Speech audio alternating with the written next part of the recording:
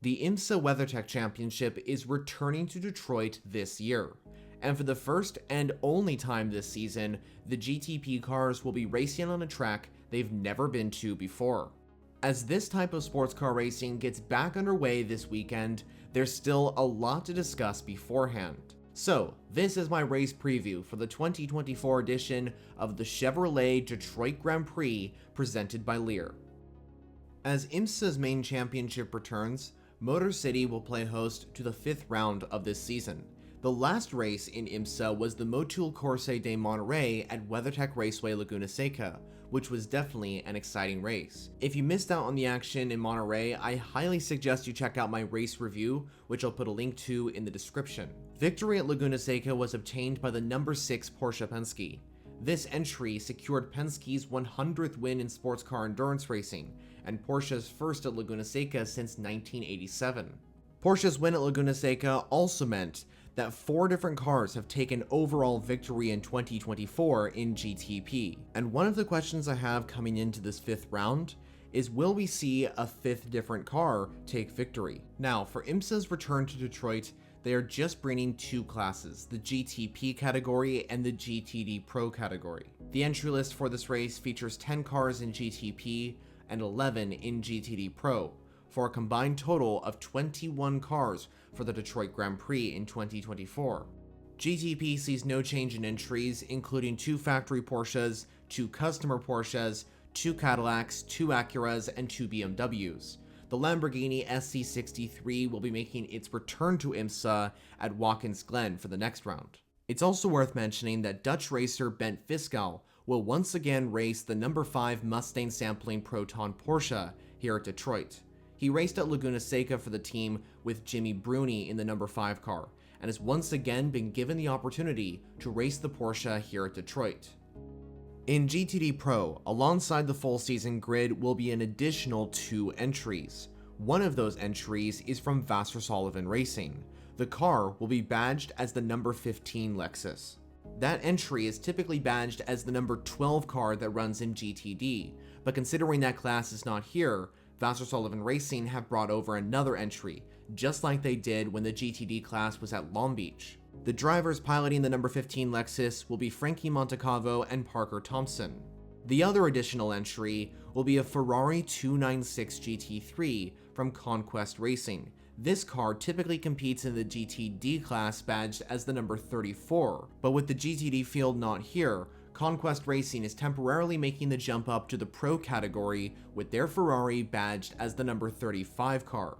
The 35 Ferrari will be piloted by regular full-season racer Albert Costa, as well as factory Ferrari racer Daniel Serra.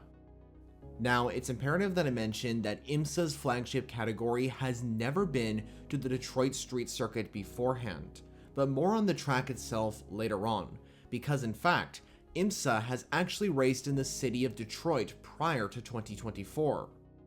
Interestingly, IMSA raced on a track in Detroit called Belle Isle, and endurance races happened even before IMSA was reborn in 2014.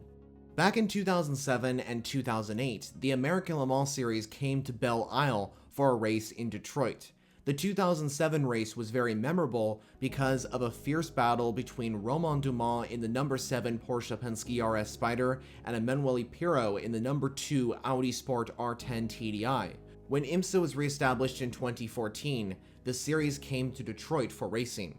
The last time Belle Isle played host to an event was in 2022, when the DPI era was still around. The final victory at Belle Isle was achieved by the 01 Cadillac DPI from Chip Ganassi Racing, with Renger van de Zande and Sebastian Bourdais piloting the car.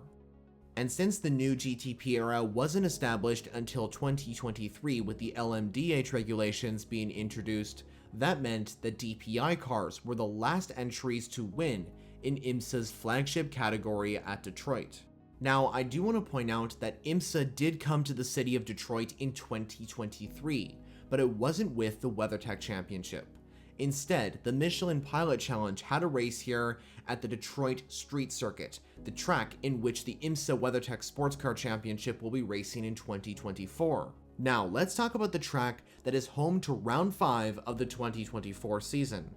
The Detroit Street Circuit, as it says in the name, is a street course. It's located in downtown Detroit in the US state of Michigan. This track has actually held quite a few racing events because it's actually the original home to motorsport events in Detroit. The original track in downtown Detroit was predominantly active in the 1980s and very early 90s, as it hosted the Formula 1 Detroit Grand Prix. Unfortunately, the track was closed in June of 1991, but approximately 31 years later, it was reopened in June of 2023. The current track is FIA Grade 2 and has 9 total corners that make up the 1.6 mile track. That's 2.6 kilometers for those using that format. While the Detroit Street Circuit is smaller compared to a circuit such as Sebring, it should still provide some incredible racing, and it has the ability to hold multi-class races. It's also worth pointing out that alongside IMSA, the NTT IndyCar Series also comes to this track. Their first race was in 2023, and the series is revisiting the track in 2024, with the race taking place the day after the IMSA event. Moving on to the BOP, or Balance of Performance Adjustments, ahead of the Detroit Grand Prix. In the GTP class on the power side, the Acura ARX06 remains the car with the most power given. Meanwhile, Cadillac and Porsche have lost power where BMW has gained power. The Porsche 963 is now the car with the least power given, but it's pretty equal on the power side in GTP if I'm being honest. On the weight side of things, the BMW M Hybrid V8 remains the car with the least weight. The Porsche 963 has lost just a little bit of weight, where Cadillac has gained weight. Cadillac and Acura now have the same weight, and are the heaviest cars out on track in GTP. When it comes to the weight of the cars in the GTD Pro class, it's the BMW M4 GT3 that now is the lightest car out on track.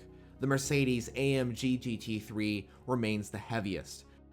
Let's now take a look at the schedule and how you're supposed to watch IMSA's Detroit Grand Prix in 2024.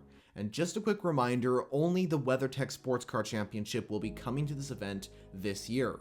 IMSA's support series will not be here. So since this event is not a Michelin endurance round, that means it's going to be shorter compared to an event like the 12 Hours of Sebring. This race should last around an hour and a half.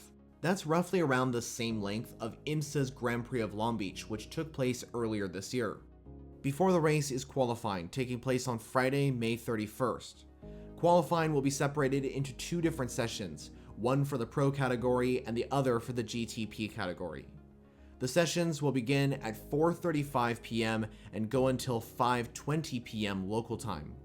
As for the race, that will take place on Saturday, June 1st. The broadcast for the event will start at precisely 3 o'clock p.m. and go until 5 o'clock p.m. local time. As for watching this race live, if you're living in the United States of America, it will be streamed on the Peacock streaming service. This is the NBC broadcast. For everybody else across the world, it will be on IMSA TV, as well as IMSA's official YouTube channel. This is the IMSA broadcast. So that completes my breakdown of the things you need to know ahead of IMSA's return to Detroit in 2024. Are you excited for the Detroit Grand Prix in 2024? And who do you think will come out on top in this event? Well, as always, let me know all your thoughts down in the comments. Thank you for watching. If you haven't already, I suggest subscribing. The reason why is because I make endurance racing content mainly on WEC and IMSA every week. And if you want to watch more videos, there's options on your screen. But for now, that's it from me. I'll see you in the next one.